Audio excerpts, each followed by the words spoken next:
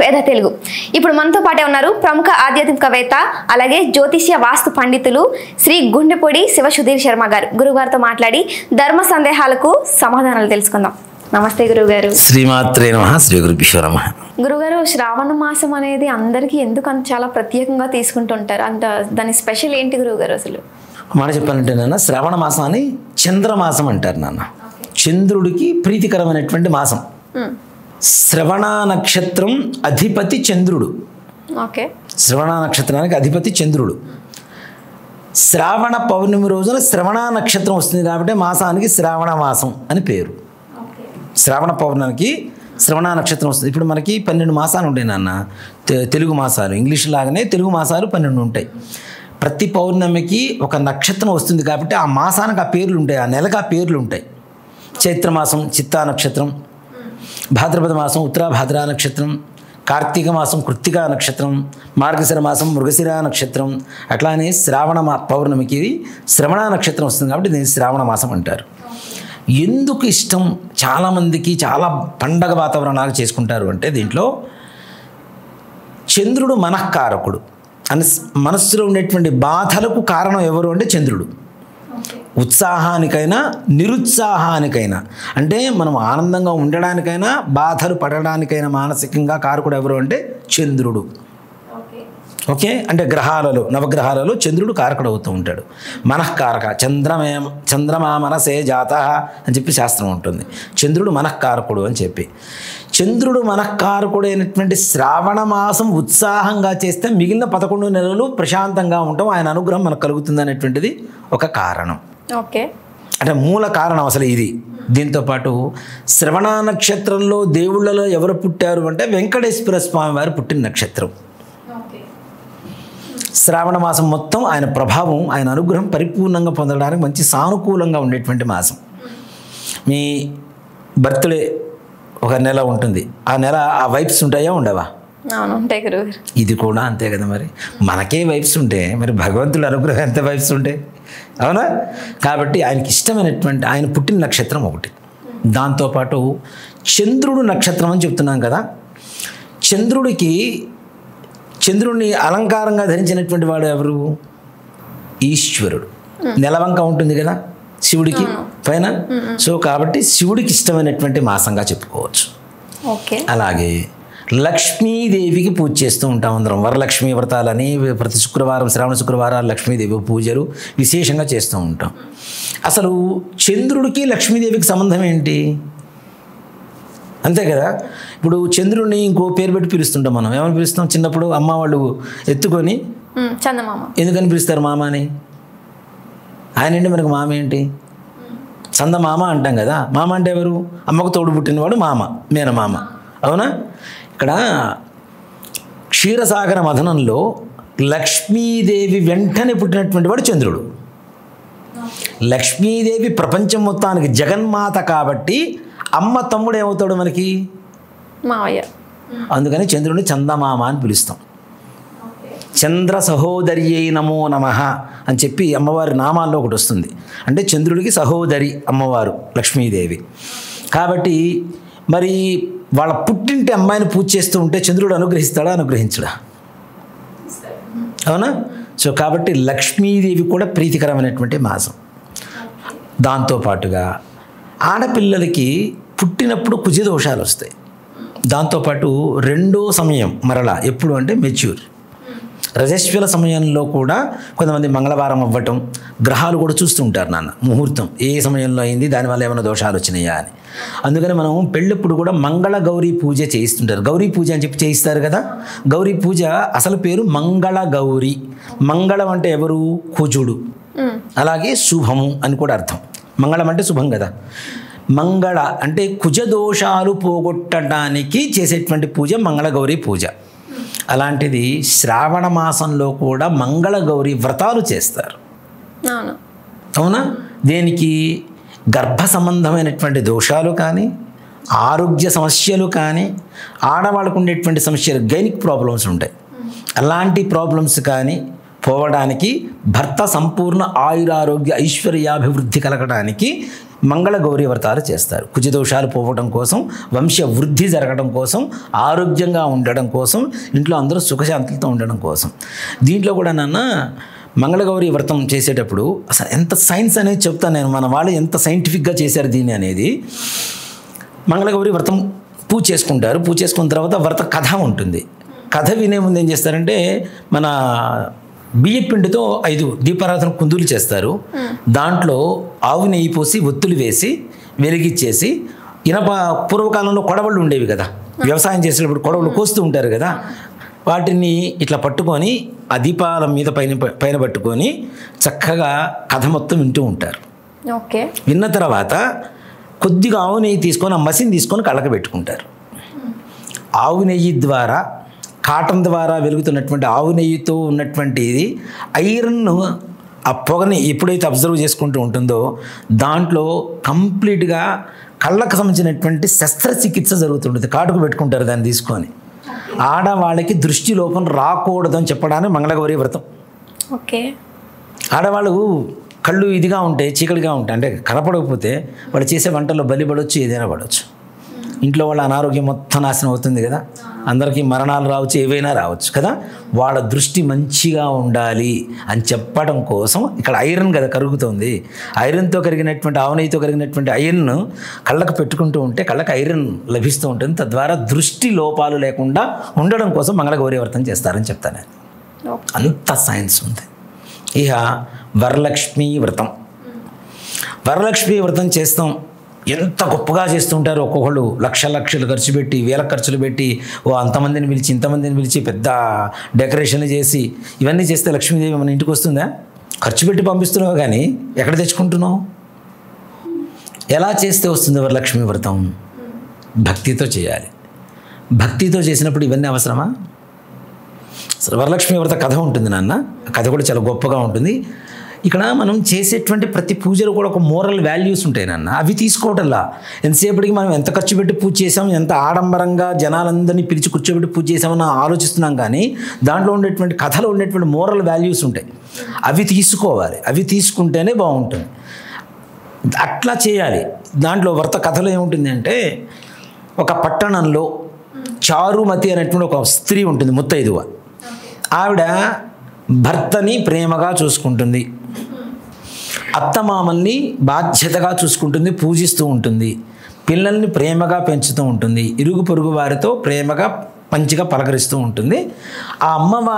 ఈ చారుమతి అనేటువంటి స్త్రీకి అమ్మవారి కలలో కనపడి, అమ్మ నేను వరలక్ష్మీదేవిని పౌర్ణమి ముందు వచ్చేటువంటి శుక్రవారం రోజున కనుక నువ్వు పూజ చేసుకుంటే నీకు తప్పనిసరిగా నేను వరాలన్నీ అందిస్తాను అని చెప్పి చెబుతుంది. ఓకే. ఈ వరలక్ష్మీ వ్రతం సంగతి ఊళ్ళో ఆవిడేంటి, ఆవిడ ఒక్కతే చేసుకోవాలనుకోవాలి. అక్కడ కూడా అందరికీ చెప్పాలని చెప్పి ఊళ్ళో ఉన్నటువంటి వాళ్ళందరినీ కూడా పిలిచి ఒక చోట వ్రతం చేసుకుంటే, వ్రతం అయిపోయిన తర్వాత అమ్మవారికి చుట్టూ ప్రదక్షిణాలు చేస్తుంటే, మొదటి ప్రదక్షిణాలకి కాళ్ళకి గజ్జెలు వస్తాయి వీళ్ళకి, రెండో ప్రదక్షిణానికి చేతి నిండా గాజులు వస్తాయి, బంగారు గాజులు వస్తాయి, మూడో ప్రదక్షిణానికి ఒంటి నిండా బంగారం అయిపోతుంది. వీళ్ళని తీసుకెళ్ళడానికి ఇంటి నుంచి గజాలు అంటే రథాలు ఇట్లాంటివన్నీ కూడా తీసుకెళ్ళడానికి వస్తాయి. ఇంటికి వెళ్ళేసరికి ఇల్లు మొత్తం బంగారమయమై ఉంటుంది. వరలక్ష్మి అనుగ్రహం అంత గొప్పగా ఉంటుంది. మరి వరలక్ష్మి అనుగ్రహం గొప్పగా ఉండాలి అంటే ఇక్కడ ఈ కథలో ఉన్నటువంటి మోరల్ వాల్యూ ఏంటి నాన్న? భక్తి. ప్రపంచంలో ఇంతమంది ఆడవాళ్ళు ఉంటే చారుమతి అనేటువంటి స్త్రీని మాత్రమే అమ్మవారు ఎందుకు ఎంచుకొని కల్లో కనపడింది? భర్తని ప్రేమగా చూస్తుంది, పిల్లల్ని బాధ్యతగా చూస్తుంది, అత్తమామల్ని పూజిస్తుంది, ఇరుగు పొరుగు వారితో నవ్వుతూ మాట్లాడుతుంది. ముత్తైదుకు ఉండాల్సినటువంటి అన్ని లక్షణాలు ఆమెలో ఉన్నాయి. కాబట్టి ఇంతమందిలో ఉన్నా సరే ఆవిడనే కోరుకొని అమ్మవారు ఆవిడని అనుగ్రహించి ఆవిడ కలలో కనపడి చెప్పింది. ఇది కదా అసలు వరలక్ష్మి వ్రతానికి కావాల్సింది. కానీ ఇప్పుడు ఏ ఆడవాళ్ళు కూడా అలా ఉండట్లేదు కదా గురువుగారు. అత్తమామల్ని గదిలో పెట్టి తాళం వేసి ఇంట్లో వరలక్ష్మి వ్రతం చేసుకుంటే వస్తుందా? లక్ష్మీదేవి వస్తుందా? భర్తనే నువ్వు ఆపు నాకు తెలుసులే అంటే వస్తుందా? పిల్లల్ని చావండి బయటికి చావండి అంటే వరలక్ష్మీదేవి వస్తుందా? ఈ బాధ్యతల్ని గుర్తించమని కదా వరలక్ష్మి వ్రతం చెప్పింది. ఓకే. ఇవి లేకుండా ఎన్ని లక్షలు ఖర్చు పెట్టి ఎన్ని వేలు ఖర్చు పెట్టి పూజ చేస్తే ఎందుకు వస్తుంది చెప్పండి? కిరణ్ నువ్వు ఇట్రా, రాము ఇట్రా, మూడు పట్టుకొని పేరు పెట్టి పిలిస్తే వస్తుందా? రాదుగా. అవునా? అంటే ముత్తైదుకు ఉండాల్సినటువంటి లక్షణాలు ఏవైతే ఉంటాయో ఆ లక్షణాలు ఉంటే వరలక్ష్మీదేవి అనుగ్రహిస్తుంది. అంతేగాని అంతంత ఖర్చులు పెట్టి అంత విగ్రహం పెడతాం, ఇంత పూజలు చేస్తాం, ఎన్ని పూలు వేస్తాం, అన్ని బంగారు పుష్పాలు తీసుకొస్తాం, ఇవన్నీ భౌతికంగా కనపడటానికి కలశం పెడతాం. కొంతమంది బంగారు కలశాలు పెడతారు, కొంతమంది వెండి కలశాలు పెడుతుంటారు, కొంతమంది రకరకాలు పెడుతుంటారు. అసలు శక్తి లేకపోతే మట్టి పాత్ర పెట్టుకున్నా చాలు నాన్న. చిన్న ముంతలు అమ్ముతారు కదా మట్టితో, అవి పెట్టుకున్నా చాలు. దాంతో అయినా కలశం పెట్టవచ్చు. కలశంలో ఏమేమి పెడతారు? ఇప్పుడు చాలామంది కూడా తమలపాకులు వేసి పెడుతున్నారు. తమలపాకులు కాదు, పంచపల్లవాలని చెప్పి 5 రకాలు ఉంటాయి నాన్న. ఓకే. మామిడి, మేడి, జువ్వి, రావి, ఇట్లాంటివి మొత్తం 5 రకాలు ఉంటాయి. ఈ 5 రకాల పంచపల్లవాలు అంటారు వీటిని కలశంలో వేస్తే అవి నీళ్లలో నానతాయి. నీళ్లు పోస్తాం కదా కలశంలో, ఇవి వేస్తాం, కొబ్బరికాయ పెడతాం, పైన చక్కగా బ్లౌజ్ పీస్ పెడతాం, కింద ఒక తుండుగుడ్డ పరిచేసి ఇచ్చేస్తాం. తుండుగుడ్డ పరిచయం ముందు కూడా చాలామంది ఏం చేస్తుంటారంటే ఊరు క్లీన్ చేసేస్తుంటారు, ఒక పీట వేసేసి పెడుతూ ఉంటారు. అలా కాదు, ఆవు పేడతో కింద అలికితే దాని మీద వరిపిండితో అంటే మన బియ్య పిండితో ముగ్గు పెట్టి చక్క పసుపుకాలు వేసి దాని మీద పీట వేసి పీట మీద వస్త్రం వేసి వస్త్రం మధ్యలో బియ్యం పోసి బియ్యం మధ్యలో కలశం పెట్టి కలశంలో ఈ నీళ్లు పోసి నీళ్లలో పంచపల్లవాలు పెట్టి దాని మీద కొబ్బరికాయ పెట్టి దాని మీద బ్లౌజ్ పీస్ పెట్టి దీన్ని కూడా రకరకాల అలంకారాలు చేస్తున్నారు. ఈ అలంకారాలు ఇవేమక్కర్లా, అమ్మవారికి కావాల్సినంత బంగారం ఉంది ఆమె దగ్గర, మనం పెడితేనే వస్తుంది అనుకోవడం అనేది పిచ్చి మాట. కాబట్టి కలశం పెట్టి చక్కగా అమ్మవారికి ఎర్రటి పుష్పాలతో పూజ చేయండి. లేదా తెల్లటి పుష్పాలు ఉంటాయి, మల్లెపూలు ఉంటాయి. ఈ సీజన్ అంటే పూర్వకాలంలో ఈ సీజన్లో మల్లెపూలు వచ్చేవి కాదు. ఇప్పుడు సీజన్ లేదు, అని సీజన్ లేదు. ఇప్పుడు 365 రోజులు వస్తున్నాయి కదా, అవి కూడా అప్డేట్ అయిపోయాయి చెట్లు కూడా. కాబట్టి మల్లెపూలు ఉంటే మల్లెపూలతో పూజ చేసుకోండి, అష్టోత్తరం పూజ చేసుకోండి. ఈ అష్టోత్తరం పూజ చేసేటప్పుడు కూడా భక్తి, కేవలం భక్తి లేకుండా ఎన్ని ఆడంబరాలు చేసినా లక్ష్మీదేవి రాదు కాక రాదు. లేనిపోంది దీనికి పెట్టే ఖర్చులు పోవటం తప్పితే. ఇప్పుడు అష్టోత్తర నామాలు ఉంటాయి, 108 నామాలు ఉంటాయి నాన్న. 108 నామాల్లో ప్రతి నామానికి ఓం శ్రీం హ్రీం శ్రీం మహాలక్ష్మీ నమో నమః, ఓం ప్రకృత్యై నమః, ఓం శ్రీం హ్రీం శ్రీం మహాలక్ష్మీ నమో నమః, మరలా ఓం శ్రీం హ్రీం శ్రీం మహాలక్ష్మీ నమో నమః, వికృత్యై నమః, ఓం శ్రీం హ్రీం శ్రీం మహాలక్ష్మీ నమో నమః, ఓం శ్రీం హ్రీం శ్రీం మహాలక్ష్మీ నమో నమః అనేటువంటి ప్రతి నామాన్ని అష్టోత్తరంలో ఉండేటువంటి 108 నామాలకి ముందు వెనక జోడించి కనుక చేస్తే అమ్మవారి అనుగ్రహం పరిపూర్ణంగా కలుగుతుంది. అమ్మవారికి నివేదనలు పెట్టేటప్పుడు కూడా చాలామంది రకరకాలు పెడుతూ ఉంటారు. అంటే ఏవైతే మనం ఇంట్లో పిండి వంటలు చేసుకుంటామో మనం తినడానికి, ఏదో మనం బయట మెనూ ఉంటుంది చూడండి, మెనూ టేబుల్ పెడుతుంటారు కొద్దిగా తీసుకొచ్చి. అలా పెట్టడం కాదు, ఇంట్లో వండుకున్న ప్రతి గిన్నె అమ్మవారి ముందు తీసుకొచ్చి పెట్టండి. పూర్తి గిన్నె, ఒక ప్లేట్లో ఇన్ని పెట్టుకోవడం రావడం కాదు. ఓకే, అది మెనూ లాగా ఉంటుంది చూడటానికి. ఇవి ఉన్నాయి తర్వాత నీ ఇష్టం, వీటిలో ఇది కాబట్టి అది తిన్నట్టాడు. అట్లా కాదు, వండుకున్న ప్రతి గిన్నె ప్రతి పదార్థం అన్నీ తీసుకొచ్చి అక్కడ అమ్మవారి ముందు పెడితేనే కదా అది నివేదన అవుతుంది. అవునా? ఇప్పుడు నీళ్లు చల్లి మనం మంత్రంతో ఇట్లా చూపిస్తూ ఉంటాం, అమ్మవారు వచ్చి తింటుంది, అక్కడ తినదు. కానీ మంత్రం ద్వారా అమ్మవారికి ఏమున్నాయో తెలియచేస్తూ ఉన్నాం, ఏమేమి పెడుతున్నాం అనేది దేవత దృష్టి ద్వారానే అక్కడ ఉండేటువంటి నైవేద్యం స్వీకరిస్తారు వాళ్ళు. ఓకే, దృష్టి, దేవత దృష్టి వాటి మీద పడుతుంది. దేవతల దృష్టి పడ్డది ప్రసాదంగా ఇంకేమవుతుంది చెప్పండి? అవునా? కాబట్టి అలా పూర్తిగా పెట్టి అది అందరికీ పెట్టాలి. మీ వరకు తినేది మాత్రం గిన్నెలో ప్లేట్లో తీసుకొచ్చి పెట్టేసుకొని మిగిలిన మొత్తం మామూలు వంట పెడతాను అంటే అది ప్రసాదం ఎందుకు అవుతుంది మిగిలిన వాళ్ళకి? కాబట్టి మొత్తం తీసుకురావాల్సిందే, మొత్తం అక్కడ పెట్టవలసిందే. దీంతోపాటు ముఖ్యంగా ఏవి ఉన్నా లేకపోయినా పానకం, వడపప్పు, చలివిడి. ఓకే, పానకం అంటే కొద్దిగా చారు, కొద్దిగా బెల్లం ముక్కేసి నీళ్ళు వేస్తే పానకం అయిపోతుంది. పెసరపప్పు కొద్దిగా నానవేయండి, నీళ్లు తీసేసిన పెసరపప్పు వడపప్పు అయిపోతుంది. చలివిడి బియ్యం పిండి కొద్దిగా బెల్లం కలిపితే చలివిడి అయిపోతుంది. దీంతోపాటు శనగలు నానబెడతాం మనం, నానబెట్టి వాయనం ఇస్తారు. అవునా? ఈ వాయనం ఇవ్వడం కూడాను ఎవరికి ఇస్తున్నాం అనేది కరెక్ట్గా ఆలోచించుకొని ఇవ్వండి. అంటే వాళ్ళు ఇంట్లో బాధ్యతలు ఎలా నిర్వర్తిస్తున్నారు, ఎలాంటి వాళ్ళకి ఇస్తున్నాము అని. వరలక్ష్మీ వ్రతం రోజున పొద్దున్నే ఇక్కడికి వచ్చేసి శుక్రవారమే వస్తుంది, ఎట్లాగో అంజనా భావించకుండా ఆడవాళ్ళు నా గురించి పొద్దున్నే వచ్చి వాయన తీసుకుంటారు, సాయంత్రం వీకెండ్ కాబట్టి పబ్కి వెళ్తారు. అట్లాంటి వాళ్ళకి ఇవ్వద్దని చెప్తా. అర్థమైందా? ఇవ్వగలిగినటువంటి వాళ్ళు మంచి వాళ్ళని చూసుకోండి. మీ ఇంట్లో పని మనిషి ఉందనుకోండి, పని మనిషి ముత్తైదుతే అమ్మాయికి ఇవ్వండి. అసలైన వరలక్ష్మి వాళ్ళే నన్ను అడిగితే. నగలు లేకుండా ఉండేటువంటి వరలక్ష్మి, వరాలు ఇచ్చేటువంటి లక్ష్మిని వాళ్ళే నన్ను అడిగితే. వాళ్ళని స్నానం చేసిన మళ్ళీ శుభ్రంగా చక్కగా తలస్నానం చేసి రమ్మనండి. తప్పనిసరిగా ఆడవాళ్ళందరూ చేస్తారు వరలక్ష్మి వ్రతం రోజున. తలస్నానం చేసి రమ్మనండి, ఆమెకి ఇవ్వండి వాయనం, ఒక చీర ఇవ్వండి. ఇప్పుడు ₹1,00,000 ఉన్న వాళ్ళకి ₹1,00,000 పెట్టి చీర పెట్టినా కూడా పెద్ద సమస్య కాదు, అది పెద్దగా కనపడదు గ్రాండ్గా. అదే పని అమ్మాయికి ఇంట్లో పనిచేసే వాళ్ళు ఉంటారు కదా, వాళ్ళకి బొట్టు పెట్టి కాళ్ళకు పసుపు పూసి, పని అమ్మాయి ఏంటి మనం కాళ్ళు పట్టుకోవడం ఏంటి, ఇది కాదు. అక్కడ వరలక్ష్మీదేవిగా నువ్వు భావిస్తున్నావా లేవా అనేదే ప్రధానం. వచ్చింది వరలక్ష్మీదేవి అనుకోవాలి. అక్కడ చక్కగా పసుపు పూసి బొట్టు పెట్టి పువ్వులు ఇచ్చి అమ్మాయికి ఒక ₹1,000 చీర పెట్టండి, ఎంత ఆనందంగా ఉంటుంది. అవునా? అమ్మవారు ఆనందపడిందా లేదా అక్కడ? అలాంటి వాళ్ళని మొన్న మధ్య వీడియోలో చూసా, వాయనం ఇచ్చేటప్పుడు అమ్మాయి జీన్స్ ప్యాంట్ అదేది టాన్ జీన్స్ ఏదో అంటారు కదా, చినుగులు పెట్టుకొని అది వేసుకొని వచ్చింది, ఆ అమ్మాయికి వాయనం ఇస్తుంది ఒక ఆవిడ. ఇంకా అది వాయనం ఏమవుతుంది నాన్న? ఘోరం కాకపోతే మరీను కలిధర్మం అంటే నాశనం చేస్తుంది అని చెప్పి చెబుతూ ఉంటారు కదా, ఇట్లానే కనపడుతున్నాయి. వాళ్ళని చూసి ఇంకోటి కూడా అట్లానే తీసుకుంటే అది ఎందుకు గురుగారు చీర కొంగుతో ఇచ్చిపుచ్చుకుంటారు? ఇచ్చుకుంటేనమ్మ వాయనం, పుచ్చుకుంటేనమ్మ వాయనం. నా వాయనం తీసుకునేది ఎవరు? నేను సాక్షాత్ శ్రీ వరలక్ష్మీదేవిని అని చెప్తారు.